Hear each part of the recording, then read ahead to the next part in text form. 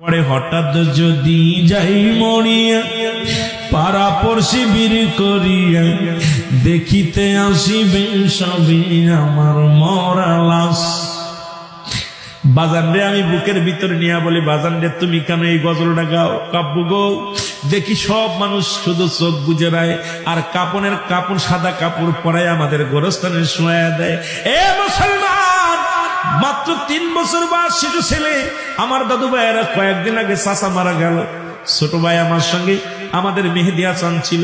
সন্তানরা এত টানিয়া খালি বারবার কবরের পাশে দাঁড়ায়। আমি কাব্য তুমি আমার কোলে আসো। কাব্য কেন শোয়াইলো? এই যে আমাদের মতো কাপড় কেন পরে নাই, সাদা কাপড় পরাইয়া দিছে আর গজলটা গা শুরু করেছে। হঠাৎ যদি যাই মরিয়া পাড়া পড়শি বীর করিয়া দেখিতে আসিবে সবে আমার মরা লাশ। দা দিয়ে কাটিবে কে হাজারের কাঁচা বাঁশ। গরম পানি মশারি তলে কাপড় খুলিয়া সেজ বিদায়ের গোসল দিবে ডলিয়া ডলিয়া। 3 টুকরা নতুন কাপড়, 3 টুকরা সাদা কাপড়, অন্যরকম সাজ।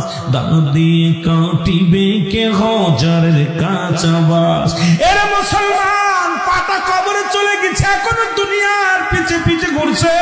ও তোর পিছে পিছে ঘুরছে সমন, কোন দিন গলায় পড়বে বেরি।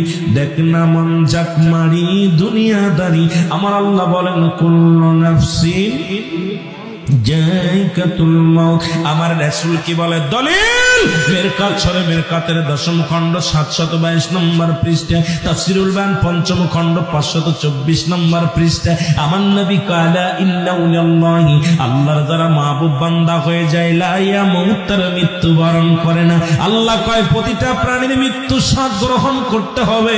আমার নবী কয় যারা আমার প্রিয় মাহবুব বান্দা হয়ে যায়, আমার আশিক, আমার পাগল হয়ে যায়, এই দুনিয়া থেকে তাদের মৃত্যু নাই। বাবারে বড় আশ্চর্যজনক মনে হয়। এই কথা কেন আপনাদের মনে আসে না? কেন এত দুনিয়া দুনিয়া নিয়ে? এই দুনিয়ার মানুষ শুনে নাও, নবী বলছে বালহুয়া কেলা। এই দুনিয়াটা হলো পচা দুর্গন্ধ মরি। মানুষের চরিত্র হলো বাদাম রে কুকুরের চরিত্র। কুকুর যেমন মরি পাইলে খুশি হয়, এক পা কবরে চলে গেছে, সুদ ঘুষের মধ্যে আসি, এখনো জমা জমি নিয়ে হাঙ্গামা মারামারি, দুনিয়ার ছেলে মেয়ে নিয়ে হাঙ্গামা করছি। দাদুরে কখন যেন ডাক পড়ে যাবে, মসজিদে হাম করে যাবে, আর আপনি না। তাহলে দুনিয়ার মধ্যে কি করলেন, কি নিয়ে যাবা কবরে? ওই কবরের পুঁজিটা করার দরকার আছে কি না?